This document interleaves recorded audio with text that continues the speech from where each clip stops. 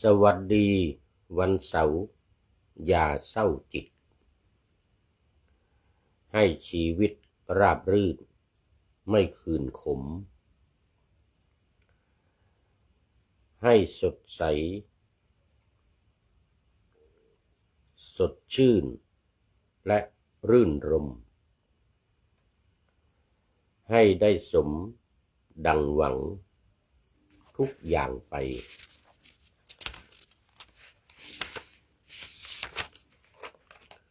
ขอให้มีกรุณานำพาจิตใช้ชีวิตถ้อยทีถ้อยอาศัยรู้ช่วยแรงแบ่งเบาอย่างเข้าใจมองใครๆด้วยน้ำจิตมิตรไมตรีกรุณาจะพาใจให้เอมอิ่มพบรอยยิ้มทั่วไปทุกถิ่นที่เพราะมีก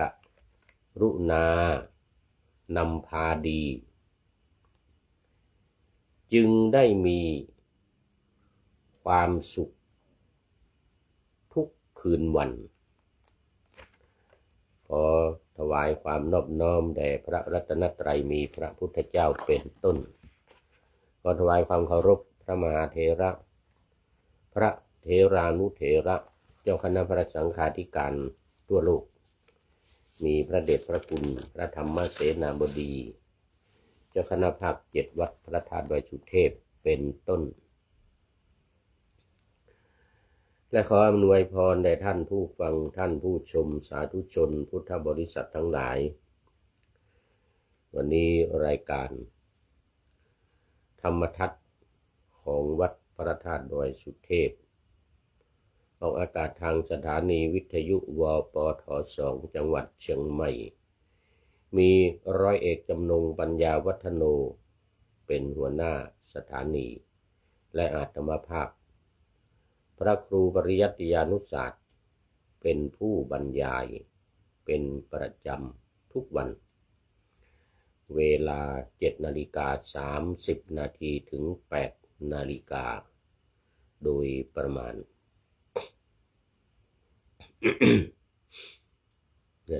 วันนี้ก็บันทึกเสียงล่วงหน้ามา1 วันจากวัดฝายหินตำบลสุเทพอำเภอเมืองจังหวัดเชียงใหม่มีท่านพระครูสมุวิสุวัตรวรกิจโจเป็นเจ้าอาวาสวันนี้ก็มาทำธุระนิดหน่อยที่เทศบาลมาแก้ชื่อเปลี่ยนชื่อเพราะว่าเขาเขียนชื่อผิดในบัตรประชาชนชื่อเป็นภาษาอังกฤษมันไม่เต็มผิดก็ไปแก้เสร็จเรียบร้อยแล้วก็มาพักที่นี่1 คืนแล้ววันพรุ่งนี้ก็จะมีงานทำบุญทักษิณานุปทานอุทิศส่วนกุศลให้อาจารย์ภาสกรภูริวัฒโนวัดฝายหินนี่แหละที่มรณภาพไปแล้วเมื่อ 5-6 ปีก่อนก็ที่จะทำบุญอุทิศส่วนกุศลไปให้ในวันพรุ่งนี้ซึ่งเป็นวันมรณภาพของท่านที่ธรรมสถานมหาวิทยาลัยเชียงใหม่หน้าวัดฝายหินนี่แหละตอนนี้ก็ขอประชาสัมพันธ์นี่เกี่ยวกับกิจกรรม ของวัดพระธาตุดอยสุเทพนิดหน่อยดังที่ได้ประกาศบอกไปแล้วทุกวันที่ผ่านมาวันนี้ก็มีรายชื่อเจ้าภาพที่มาร่วมทำบุญเป็นเจ้าภาพในการอบร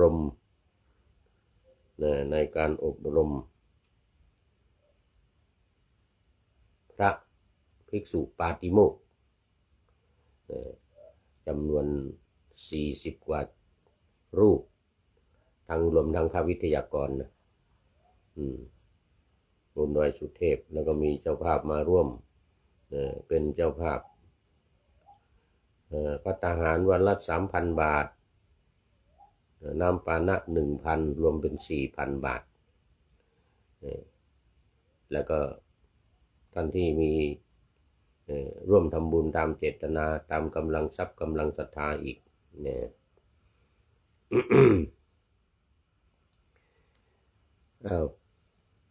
วันนี้วันที่14 มีนาคมเจ้าภาพคือคุณกมลรัตน์ชัยเทิดสิริและครอบครัว2พ่อเจริญแม่แก้วประเสริฐศรีพร้อมลูกหลานเป็นเจ้าภาพในวันนี้ขออนุโมทนาเป็นอย่างยิ่งคุณกมลรัตน์ชัยเทิดสิริและครอบครัวหลวงพ่อเจริญแม่แก้วประเสริฐศรีพร้อมลูกหลานก็ขอให้มีความสุขความเจริญมีความก้าวหน้าในหน้าที่การงานสืบต่อไปแล้วก็ขอย้อนหลังอีก1 วันวันที่ก็คือวันที่เดี๋ยวแต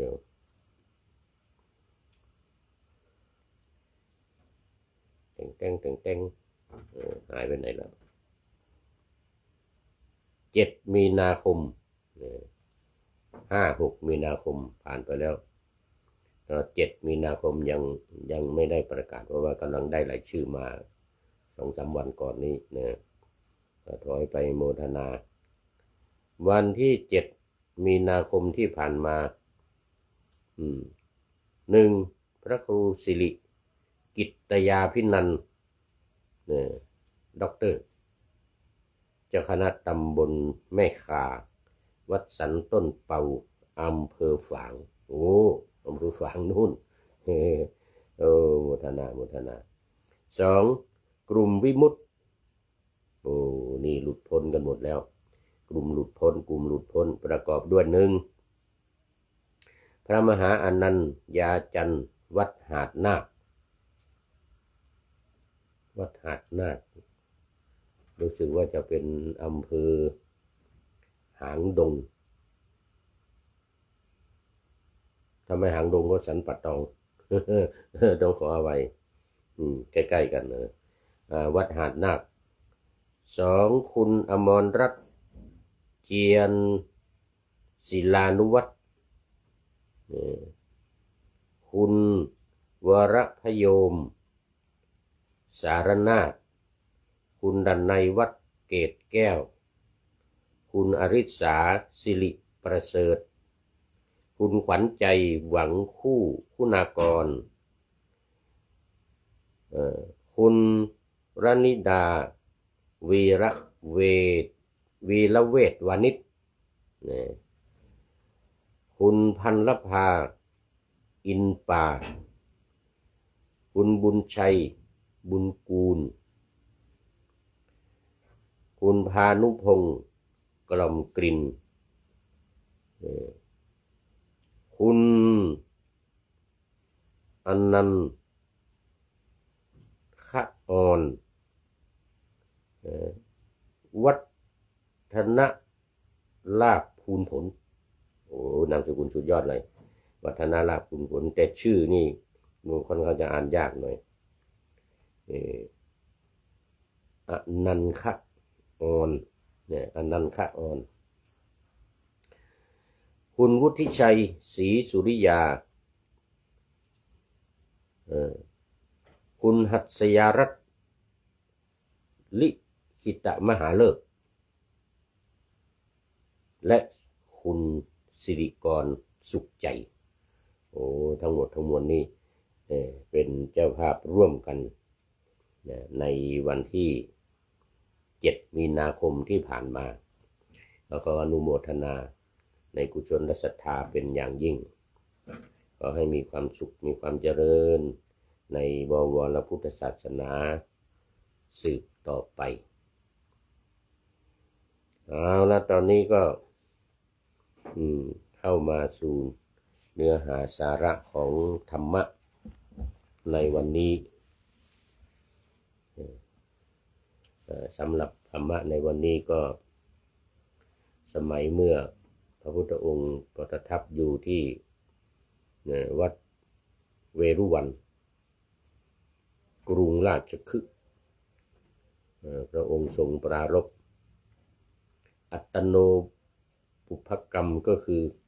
บุพกรรมของพระองค์เองว่าในชาติก่อนนู่นสมัยนานมาแล้วแต่นะไม่นานเดี๋ยวจะได้เล่ารายละเอียดปรารภพระองค์เองสมัยอยู่ที่กรุงราชคฤห์นะบุพกรรมของพระองค์เองแล้วก็ได้ตรัสเป็นพระคาถาว่ามัตตาสุขะปริจจาคาปัสสะเจวิปุลังสุขังจะเชมัตตาสุขังทีโรสัมปัสสังวิปุลังสุขังก็ได้ใจความว่าถ้าบุคคลพึงเห็นสุขอันไพบูรณ์เพราะสละสุขพอประมาณเสียผู้มีปัญญาเมื่อเห็นสุขอันไพบูรณ์ก็พึงสละสุขพอประมาณเสียจึงจะได้พบสุขอันไพบูรณ์เนี่ยคราวนี้ก็มีว่าสุขอันไพบูรณ์กับสุขพอประมาณสองอย่างสุขพอประมาณยังไงสุขไพบูรณ์ยังไงสุขพอประมาณนี่ก็คือสุขในภายนอกสุขในการอยู่การกินในการหล่อเลี้ยงร่างกายแต่สุขภายในนี่หมายถึงความสุขทางด้านจิตใจกล่าวคือพระนิพพานอันเป็นความสุขอย่างยิ่งเป็นความสุขที่เรียกว่าความสุขที่ไพบูลย์นี่นะนี่คือความสุขคือพระนิพพานส่วนความสุขพอประมาณนั่นก็คืออาหารการกินที่เราบริโภคนี่แหละเป็นความสุขที่พอประมาณพอประทังชีวิตพอยังชีวิตให้เป็นไปที่ว่าสละสุขพอประมาณเสียเนี่ยก็ไม่ได้หมายถึงว่าสละไปเลยนะไม่ได้สละไปเลยคือไม่ยึดถือไม่ยึดติดในเรื่องของภายนอกคนเรานี่ร่างกายมันก็มีอยู่สองอย่างก็มีรูปธรรมกับนามธรรมคือภายนอกกับภายในนะภายนอกคือร่างกายของเราเนี่ยที่เป็นรูปเนี่ยจะต้องหล่อเลี้ยงด้วยอาหารคือคำข้าวอาหารคือคำข้าวข้าวปลาอาหารอะไรต่างๆเพื่อให้ร่างกายนี้เป็นไปเรียกว่าประทังชีวิตประทังร่างกายนี้ให้เป็นไปได้เพื่อปฏิบัติธรรมเพื่อทำคุณงามความดีและไต่เต้าเข้าไปสู่ความสุขอันสูงสุดความสุขอันประเสริฐ ที่เรียกว่าความสุขอันไพบูลย์เนี่ยนะได้แก่การบรรลุธรรม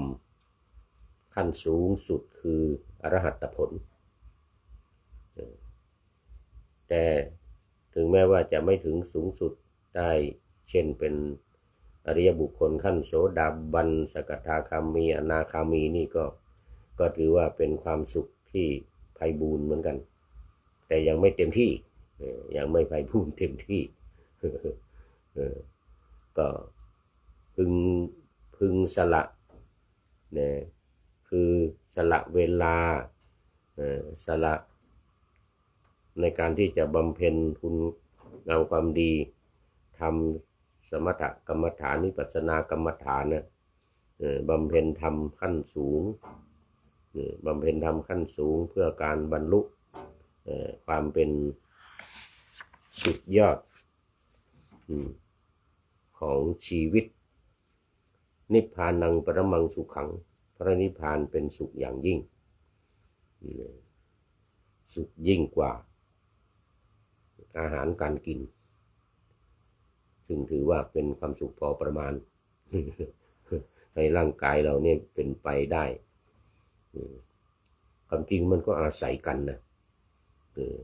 ร่างกายกับจิตใจเนี่ยนะมันต้องอาศัยกันถ้าร่างกายไม่มีความสุขไม่ได้อาหารพอปะทะประทังไปเนี่ยนะก็ไม่สามารถปฏิบัติธรรมได้ก็หมดโอกาสในการปฏิบัติธรรมเหมือนกันถ้าอยู่ไม่ได้ตาย ดังนั้นมันจึงอาศัยกันแต่ขั้นตอนเดี๋ยวความไพบูลย์หรือความพอประมาณมันเนี่ยมันจะต่างกันตรงนี้แหละเนี่ยมันจะต่างกันแล้วตอนนี้ก็มีเรื่องประกอบจะได้เล่าเรื่องของบุพกรรมที่พระพุทธองค์ทรงบำเพ็ญมา20อสงไขยยิ่งด้วยกำไรแสนกับก่อนที่จะมาตรัสรู้และปรินิพพานก่อนที่มาตรัสรู้นี่ก็บำเพ็ญอย่างขนาดหนักแล้วพออุบัติขึ้นมาในโลกนี้ก่อนจะตรัสรู้นี่นะก็ยังบำเพ็ญอีกในโลกนี้ในชาตินี้อีก6 ปีอีก6 ปีจนผอมเกือบจะตายบนลมหายใจจากเกือบเหลือแต่ชื่อเกือบเหลือแต่ชื่อเนี่ยนี่เป็นบุพกรรมที่พระองค์ทรงบำเพ็ญมาทั้งในชาติก่อน20อสงไขยแสนกับที่ผ่านมานะแล้วก็มาในชาตินี้ชาติที่ได้ตรัสรู้เป็นพระพุทธเจ้านี้ด้วยเริ่มตั้งแต่พระพุทธองค์ไอ้ที่เรานี้ก็เป็นบางอย่างนะยังไม่ใช่ทั้งหมดนะยังไม่ใช่ทั้งหมดถ้าทั้งหมดนี่ก็เริ่มตั้งแต่สมัยเป็นกษัตรีเป็นต้นมานะอาจารย์ที่เคยเล่าให้ฟังบ่อยๆเล่าบ่อยๆเป็นกษัตรีที่พี่ชายสละราชสมบัติออกบวชเป็นพระปัจเจกพุทธเจ้าตอนนี้ขอต้อนรับคุณโยมจันเพ็ญคำโพธา FC ตัวจริงกราบหลวงพ่อสาธุเจ้ายกมือมาละ3 กระพุ่มมือโมทนาเป็นอย่างยิ่งวันนี้เป็นท่านแรกเนี่ยเข้ามาในรายการเพราะว่าตอนนี้มันดึกแล้วรู้สึกจะ2 ทุ่มกว่าแล้วมั้งเนี่ย2 ทุ่มกว่าจะ3 ทุ่มละนะ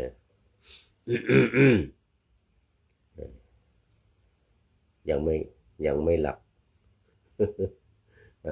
FC ทั้งหลายที่ยังไม่หลับก็คอมเมนต์กันเข้ามาเป็นเพื่อนกันเป็นให้กำลังใจผู้พูดตามันก็จะยกไม่ขึ้นเหมือนกันนะ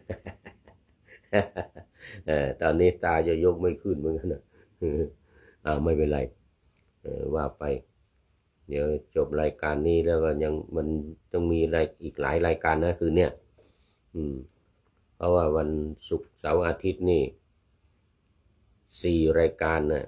ต้องทำทั้งหมดต้องทำ5 ครั้งด้วยรายการนาวาวังเนี่ยธรรมะนาวาวังแต่ว่านาวาวังทองนี่ต้อง2 ครั้งตอนเช้า30 นาทีตอนบ่ายอีก1 ชั่วโมงรวมแล้วก็ต้องทำ5 ครั้งนั่นคือนี่ก็ต้องทำ5 ครั้งแต่จะไปถึงไหนก็ไม่แน่เนอะ อาจจะได้สัก2 รายการอยู่2 หรือ 3ก็ตามหนังตาหย่อนตามหนังตามันยกไม่ขึ้นแล้วก็ต้องหยุดมาเล่าบุพกรรมของพระพุทธองค์ที่ทรงบำเพ็ญมาทั้งในชาติก่อนๆและในชาตินี้ด้วยแต่ที่จะเล่านี่คงเป็นชาตินี้นะ สมัยที่ประทับอยู่ราชคฤห์เนี่ยอยู่กับพระเจ้าพิมพิสารนะสมัยนั้นพระเจ้าพิมพิสารยังไม่สวรรคตยังไม่ตายตอนบำเพ็ญใหม่ๆตอนออกบวชใหม่ๆนี่ก็มาพึ่งพาอาศัยพระเจ้าพิมพิสารนี่เลยนะที่เมืองราชคฤห์เนี่ยนะเสด็จผ่านมาพระเจ้าพิมพิสารจัดถวายราชสมบัติให้ครึ่งหนึ่งคือให้ครองราชสมบัติครึ่งหนึ่งพระเจ้าพิมพิสารครึ่งหนึ่งว่างั้นคนละครึ่งว่างั้น เพราะว่าเคารพนับถือกันเป็นกษัตริย์เหมือนกันเป็นลูกของกษัตริย์เป็นราชกุมารลูกของกษัตริย์ถึงยังไม่เป็นพระเจ้าแผ่นดินก็เทียบเท่ากับพระเจ้าแผ่นดินเลยทีเดียวออกผนวดมาก็เอาไม่เป็นไรเหมือนกันนะครองราชสมบัติในนี้เนี่ยแคว้นมคธเนี่ยเมืองราชคฤห์เนี่ยวันนะถวายครึ่งหนึ่งเหมือนกันนะพระพุทธเจ้าก็ไม่ทรงรับบอกว่าออกบวชแล้วตั้งใจจะปฏิบัติธรรมพระเจ้าพิมพิสารก็เลยกราบทูลว่าถ้าอย่างนั้นก็หลังจากปฏิบัติธรรมหลังจากได้บรรลุเป็นพระพุทธเจ้าแล้วขอกลับมาโปรดด้วยกลับมาโปรดด้วยที่เนี่ยที่เมืองราชคฤห์เนี่ยว่างั้นนะนั่นพอพระพุทธเจ้าตรัสรู้แล้วเป็นพระพุทธเจ้าแล้วนี่ก็ไปโปรดปัญจวัคคีย์ก่อน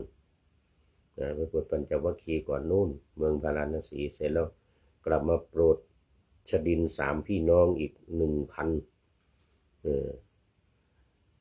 แล้วก็พาชดิน3 พี่น้องนี่มาเมืองราชคฤห์นี่กลับมาที่เมืองราชคฤห์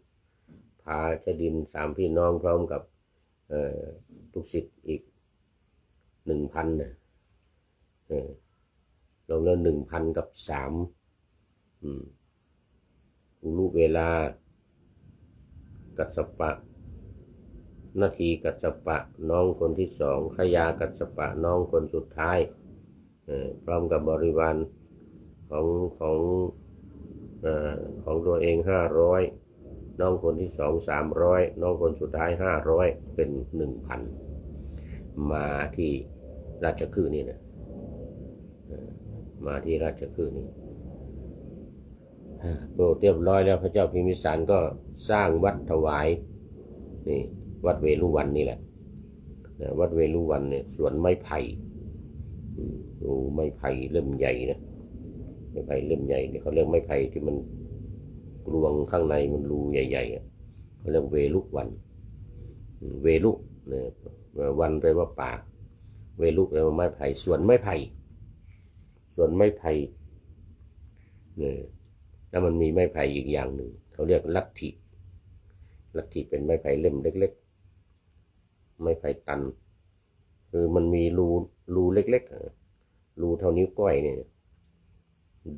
บางเล่มก็เล็กกว่านิ้วก้อยนี่อีกรูมันนะไม้ไผ่ตันเขาใช้ทำเป็นไม้สักกะเท้า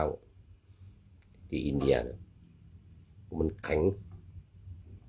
ต้นมันก็ไม่สูงกว่าท่วมหัวขึ้นไปนี่สักศอกสองศอกนี่นะเล่มมันก็ขนาดนี้ไม่ใหญ่ขนาดนี้นั่นเขาเรียกว่าลัทธิวันสวนไม้ไผ่เหมือนกันแต่เป็นไม้ไผ่เล่มเล็กๆไม้ไผ่ตันแต่เวรุวันนี่องค์ใหญ่ขนาดนี้เลยข้างในกลวงรูโบเลยรูใหญ่ เหมือนบ้านเราก็มีไม้ไผ่แต่บ้านเราเรียกว่าไม้สางไม้บงทางภาคเหนือเรานี่เราเรียกว่าไม้สางไม้บงเล่มเล็กขนาดนี้ทำไม้สางนี้เล่มใหญ่เหมือนกับไม้ไผ่อย่างที่ว่าเนี่ยในอินเดียเรียกว่าไม้ไผ่ภาคเหนือเรียกไม้สางไม้บงคราวนี้ต่อมารู้สึกว่าจะพรรษาที่7นะพรรษาที่6นี่ไป4-5ที่6นี่ประจำอยู่ที่สาวัตถีแล้วพรรษาที่6นี่ขึ้นไปจำอยู่บนสวรรค์ชั้นดาวดึงส์บนสวรรค์ชั้นดาวดึงส์แล้วก็กลับจากดาวดึงส์ลงมาพรรษาที่7เนี่ยมาจำอยู่ที่กลับลงจากดาวดึงส์มาแล้วก็กลับมาที่ราชคฤห์แล้วเสด็จไป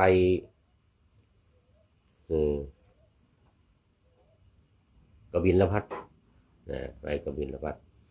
แต่ก่อนที่จะไปนั้นเนี่ยก่อนที่จะไปนั้นได้ไปโปรดเมืองไวสาลีก่อนที่เจ้าฤทธิ์ชวีครองอยู่ตอนที่ออกผนวดใหม่ๆก็ผ่านมานี่แหละผ่านไวสาลีมานี่แหละไวสาลีมาราชคฤห์นี่นะตอนนั้นเมืองไวมาถึงตอนนั้นเมืองไวสาลี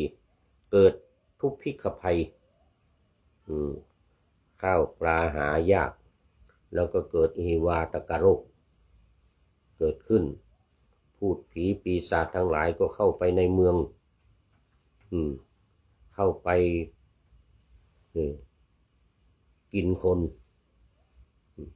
คนที่ลำบากยากเข็ญอยู่แล้วนี่ก็ตายหมู่มนุษย์ทั้งหลายพูดผีปีศาจนี่นะได้กลิ่นตอนแรกก่อนอย่างนี้คนที่อยู่ในเมืองเนี่ยคนยากคนจนตายก่อนพอข้าวเขายากหมากแพงนี่นะ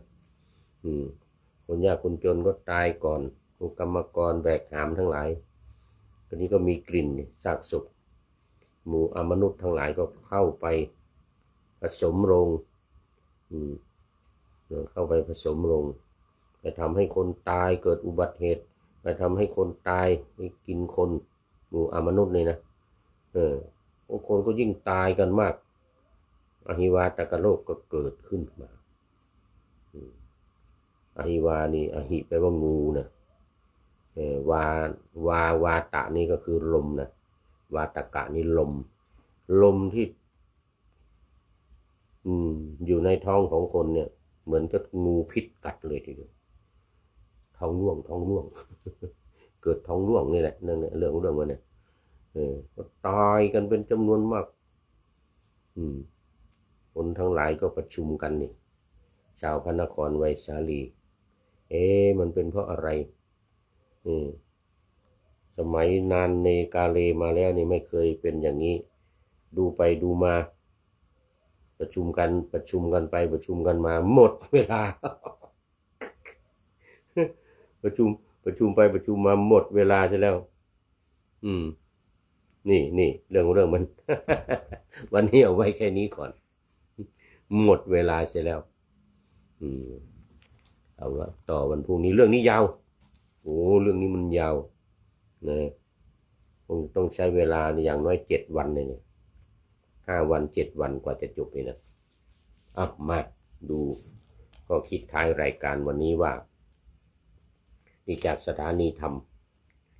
สวัสดีวันเสาร์อย่าเศร้าจิตโอ้วันนี้วันเสาร์นะสวัสดีวันเสาร์อย่าเศร้าจิตให้ชีวิตราบรื่นไม่ฝืนขมให้สดใสสดชื่นและรื่นรมให้ได้สมดังหวัง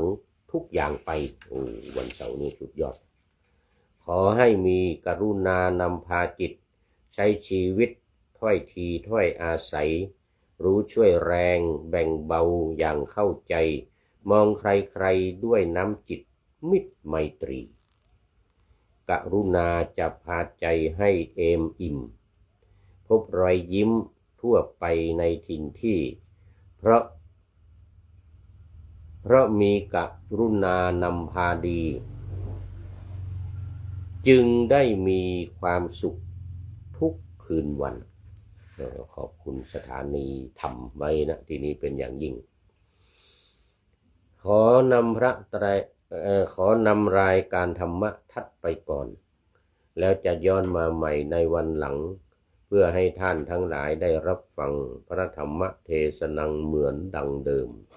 เป็นธรรมะจากพระไตรปิฎก3ธรรมบทอันงดงามบรรยายเสริมอธิบายใจความเหมาะมาต่อเติมยกนิทานดั้งเดิมเสริมบทธรรมขอทุกท่านสุขกายสบายใจปรารถนาสิ่งใดอันเลิศล้ำจงเพิ่มพูนตามบุญงามและตามกรรมที่ได้บำเพ็ญไว้ทุกประการวันนี้คุณโยมจันเพ็ญคำโพธาเป็นท่านสุดท้ายมีท่านอาจารย์สุรศักดิ์พรหมศรี